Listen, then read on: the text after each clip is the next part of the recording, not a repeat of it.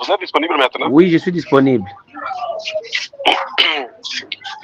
Moi, je suis de Mag. Je pense que peut-être vous avez sur la cartographie. Oui. Vous imaginez Mag, oui. Oui, Mag, oui. Je suis aussi enseignant à Mag. Je suis de Mag. À Mag, on trouve l'unique tribu qui s'appelle Alour. Je pense que vous comprenez. C'est la Gracié Irachar là, c'est ça? Oui, les Alours. Les Alours. Gracié Irachan, c'est un Alour et les autres, même Louison, l'ancien ministre de l'industrie aussi, c'est l'Alour. Hein. Ah, ok. Lui, Kabamba, lui, Atum, là, ça aussi, c'est l'un des mags. Nous sommes, les Alours, les Ema, oui. Et nous sommes les Nilotiques. Ok. C'est l'histoire là. Ok. Alors, tout ce qui se passe ici en Ituri, tout ce qui sème l'insécurité ici en Ituri, c'est le gouvernement en place. Ok. Vous me comprenez? Oui, je te comprends, mon frère. C'est le gouvernement en place, précisément le Boya, qui sème la terreur ici en Ituri. Ok, comment? Nous, il y a un certain Goujol, certain de Tiribilin de Codeco, le fondateur de Codeco là. Oh, oui, le fondateur de Codeco. Oui, il a créé ce mouvement en 2017, quand les autres groupes là ne sont pas nés encore. Oui. Quand il a créé le groupe, parce qu'après la guerre de 2005 de Emma et l'Inde, là, c'était vers 98, 99 comme ça, oui. Jusqu'à pris fin vers 2005. Oui. Vous me comprenez, n'est-ce pas? Oui, je te comprends, mon frère. Alors, de 2005 jusqu'à 2017, il n'y avait pas de sécurité. Oui, oui, c'est ça. Alors, c'est comme si un certain Goujol, qui est l'Hindou, qui avait créé le groupe rebelle qu'on appelle coopératif. Oui, coopératif, c'est quoi, oui. Alors, quand il a créé ce groupe, ce mouvement, il a commencé à tuer la population des Magui, les Alours. Il a commencé à tuer les FARDC. Oui. Il a commencé à tuer les EMA. Il tue seulement les groupes ethniques nilotiques là. Donc le Codeco ne tue que c'est un groupe tribal qui ne tue que des nilotiques, des Alours, des EMA, c'est tout. Oui, c'est un groupe rebelle qui est tribal, je pourrais dire comme ça. Oui, on peut dire tribal, parce que dès que vous visez une tribu, c'est-à-dire que vous êtes tribal. Quel a été l'objectif qui a fait qu'il a créé ce mouvement, ce mouvement génocidaire, on ne savait même pas. Oui. Alors, depuis ce jour-là, quand il a commencé en 2017, il a commencé à massacrer les Alours, les Nilotiques, je pourrais dire comme ça en général. Oui, les Nilotiques en général de l'Ituri. Alors, même tout le monde se posait la question. La guerre aussi a pris fin vers 1900 là-bas. Mais comment se fait-il qu'un tribunal vient de créer encore un autre groupe rebelle qui est génocidaire en train de tuer les peuples innocents? Tout le monde se demandait. Alors, oui, tout le monde se demandait. Oui. Alors, ce que nous fait que il tue seulement les Nilotiques. Nous sommes dans le territoire de Aru. Aru, c'est Loubara. Loubara, et nous sommes aussi les Soudanais. Ok. Dans l'histoire là, dans le groupe ethnique là. Oui, oui, ce sont des groupes ethniques, ce sont des Soudanais. Oui, au Congo, nous avons des Soudanais. Oui. Nous avions tous étudié ça. Loubara, l'Hindou, ce sont les Soudanais. Les Soudanais, oui. En plus, les Nandés. Les Nandés sont des Béni, n'est-ce pas? Oui, sont des Béni Boutembo. Si je ne me trompe pas. Oui, Béni Boutembo des Nandés. Les Nandés, ce sont les gens qui sont coalisés. Oui. On ne sait pas s'ils se sont coalisés dans leur mouvement là, mais ils sont ensemble avec la Côte des Côtes. Même maintenant, il est dans leur territoire là-bas, il fait leur commerce bien. Ok. Vous n'allez jamais écouter qu'on a incendié un véhicule de Nandé en jour ici. Vous n'allez jamais écouter cela.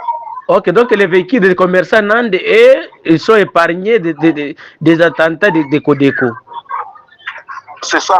Les véhicules Nandé se sont épargnés de l'insécurité des jours, même de Loubara aussi. Ok. sauf les véhicules qui viennent de l'Ouganda, parce Oui. que les Ougandais, majoritairement, ils sont les nilotiques. Hein. Oui, oui, les Ougandais sont majoritairement des nilotiques. Les véhicules qui viennent du Kenya, la fois passée j'étais à Kenya aussi. Oui. Les véhicules qui viennent du Kenya, de l'Ouganda, c'est ça qui tombe dans la biscade de ces groupes rebelles-là. Ok. Alors, pour nous, ce qui nous fait que nous condamnons le gouvernement en place, Oui. c'est quoi? Oui. Lorsque on avait créé les groupes rebelles insurrectionnels, Oui. ces groupes n'est pas les groupes insurrectionnels, le mouvement insurrectionnel n'est pas permis par la Constitution Par la Constitution congolaise, oui. Les députés ont fait l'appel, comme le gouverneur. Dans l'état là, le gouverneur était encore Bamanissa, je pense que vous comprenez. Oui, Bamanissa Saïdi, à l'époque de la province de Grande Orientale. Dans l'état, il était dans la province orientale, mais pour le moment, il était dans les provinces. Quand on a fait le démembrement, oui. il est revenu encore ici à Ituri. À Ituri, oui, ok. Alors, quand il rentrait ici, c'est déjà ce mouvement existait. Alors, ce mouvement existait, tuer les gens, faire le pillage. Et nous voyons aussi les faiblesses de la part de notre gouvernement. À l'époque de Bamanissa, Bamanissa avait déployé les militaires comme celui qui était le numéro 1 de notre province. Il déployait les FARDC par-ci là en jour pour un peu neutraliser ce mouvement insurrectionnel-là. Oui. Jusqu'à ce que, oui. quand la guerre n'est pas encore terminée, Bamanissa était remplacé par, on avait décrété l'état de siège, n'est-ce pas? Oui, état de siège, oui. Il a été remplacé par le gouverneur militaire. Félix pensait que depuis 2021, Félix pensait que c'est avec l'état de siège que l'ordre peut être se maintenir ici en Ituri. C'est ça ce qu'il pensait. Oui. Selon le constat que nous avons fait, dès qu'on avait installé leur groupe là, oui. de la province jusqu'au territoire, oui.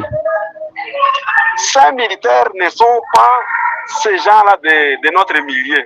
Vous allez constater que tous ces gens, les administrateurs du territoire, tous sont les Moulouba. Okay. Donc ce sont des Balouba, les frères de Félix.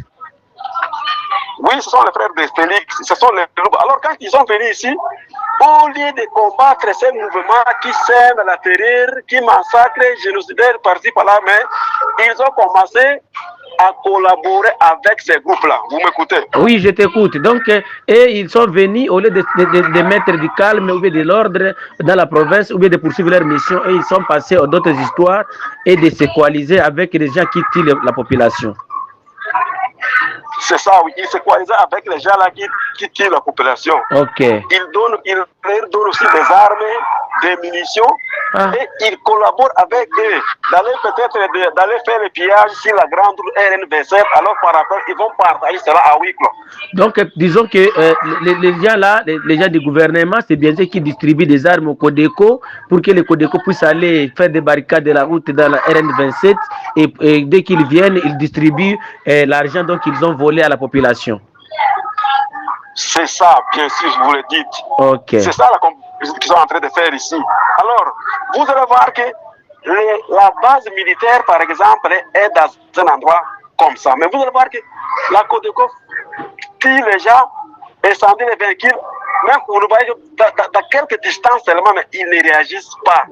C'est par après, quand ils sont déjà partis, ils vont venir maintenant faire quoi? C'est-à-dire qu'ils collaboraient avec ces gens. C'est comme si avant de mettre l'embuscade, ils communiquent avec ces gens au téléphone. Oui. Ok. Alors, de notre part, nous avons déjà plaidé auprès de notre représentant qui sont les députés là. Oh oui. D'aller emporter notre doléance au niveau de l'Assemblée. Ok. De là aussi, il n'y a pas de solution. Même les députés qui partent à Kinshasa, ils disent que là-bas, on ne songe même pas de notre préoccupation. C'est pourquoi on avait commencé à faire créer, comme nous voyons aussi la faiblesse de la part du gouvernement, on a créé ce qu'on appelle autodéfense maintenant, parce que lorsque la personne, une personne qui est comme vous, vient vous attaquer aujourd'hui, tu dois se défendre. Vous attaquer demain, oui, sa défense de l'État, alors il faut se prendre à charge, n'est-ce pas? Oui, et c'est permis par notre constitution. Vous devez se défendre. C'est ça. Oui.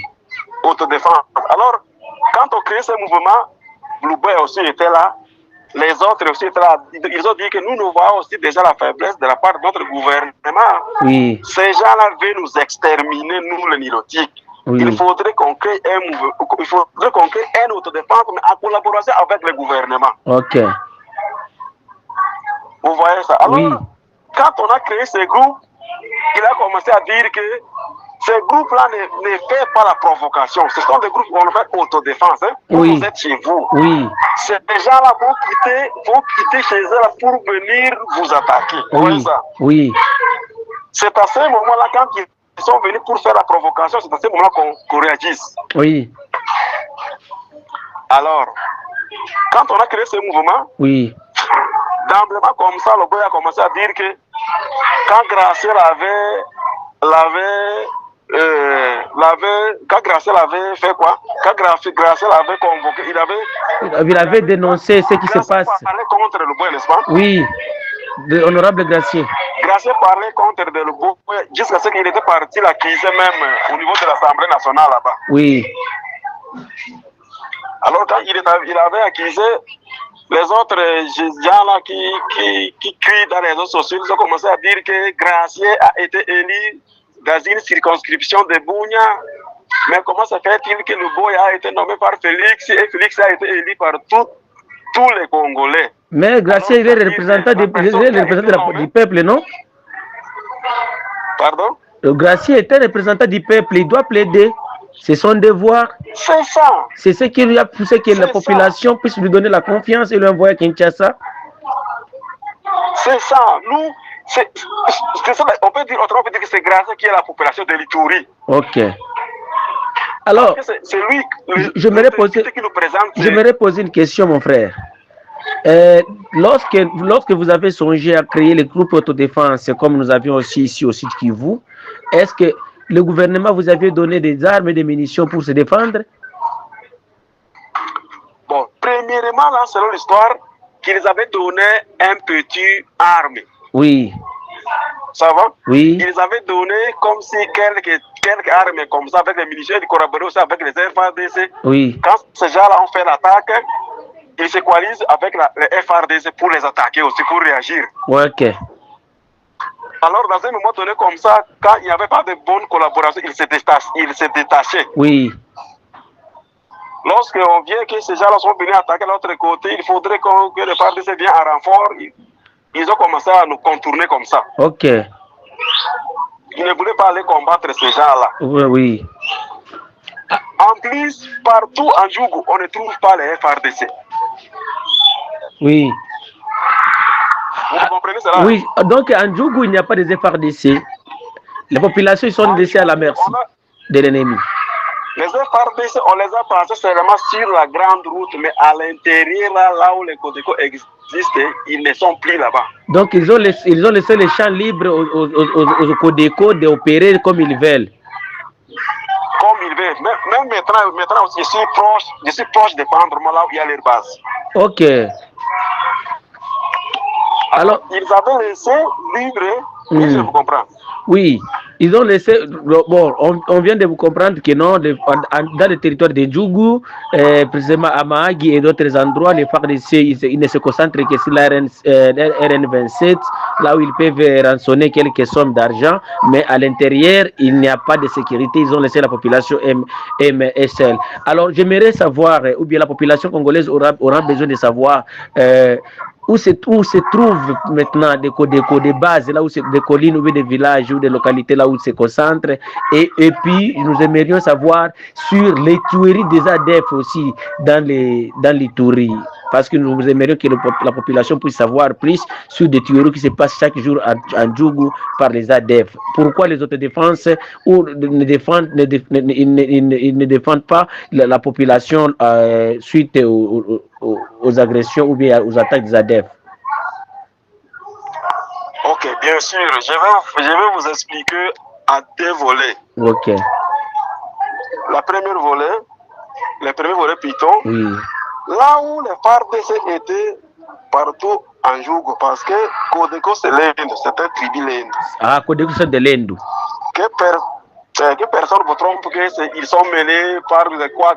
Non, c'est uniquement l'Inde qui sont Codeco, qui s'opposent contre les autres ethniques. Là. Ethniques de Rituri. De Rituri. Alors, partout là où ils sont, les FARDC n'existent pas. Ok. Les FARDC, on les a placés seulement sur la RN27. La RN27, c'est la grande route de Bunia qui vient de Magui, qui quitte Magui vers la frontière avec l'Ouganda, directement vers Bunia. Ça, on parle de RN27. RN27, oui. Au lieu d'aller les attaquer dans les ressources là-bas, ils se sont mis seulement pour escorter les gens sur la grande route, alors qu'on tue aussi les gens sur la grande route. Ok. Alors, là où ils ont fait l'alliance avec les FARDC, je vais vous envoyer la vidéo aujourd'hui même. Ok, j'attends la vidéo. Là où ils se sont se coalisés pour dire que FARDC égale Codeco. Je vais vous envoyer cette vidéo-là aujourd'hui même. Ok, oui. Alors, concernant Luboya. Oui. Luboya, quand vous parlez mal, vous dites le mal qu'il fait automatiquement, il vous dit que vous êtes 1-23. Vous êtes allié de 1-23, c'est pourquoi il avait fait fuir les commerçants de Bunia et les commerçants de Bunia qui font l'exportation de or. Ce sont ceux-là qui ravitaillent la milice de Thomas Lobanga, CRP. Oui, CRP de Thomas Lobanga, oui. De Thomas Lobanga. Maintenant, ils ont changé que cette idée dit que l'autodéfense est devenue maintenant CRP. Alors, Thomas Lobanga a été arrêté dans l'année passée, comme si vous connaissez aussi. Oui, je connais l'histoire de Thomas Lobanga, comment il a été arrêté. D'ailleurs, il était dans les task force du gouvernement, dans la ceinture de Félix Tshisekedi. Ce qui fait que Thomas Lobanga se revanche, c'est aussi Luboya. Ok. Vous me comprenez? Oui. Quand il a postulé, on a rejeté sa candidature, premièrement. Ok. Alors, la présidente les a délégués pour venir sensibiliser le groupe armé de laisser les mouvements insurrectionnels là. Alors, ça n'a pas tenu aussi, comme si d'autres fois, on les a pris aussi en otage. Vous avez compris aussi, je pense. Oui. Alors, quand il était à Bunia, les mal qu'il voit là, oui. Il veut dire le Boya, non, là ce n'est pas comme ça. Comment ça fait que tu peux faire sortir les FARDC de l'ordre, l'armée de l'ordre, dans toutes les zones occupées par Codeco? Là, ça signifie quoi? Oui. Le mal que le Boya est en train de faire, Thomas Lobanga est en train de contredire. Alors c'est pour cela que le Boya dit que c'est lui qui est numéro 1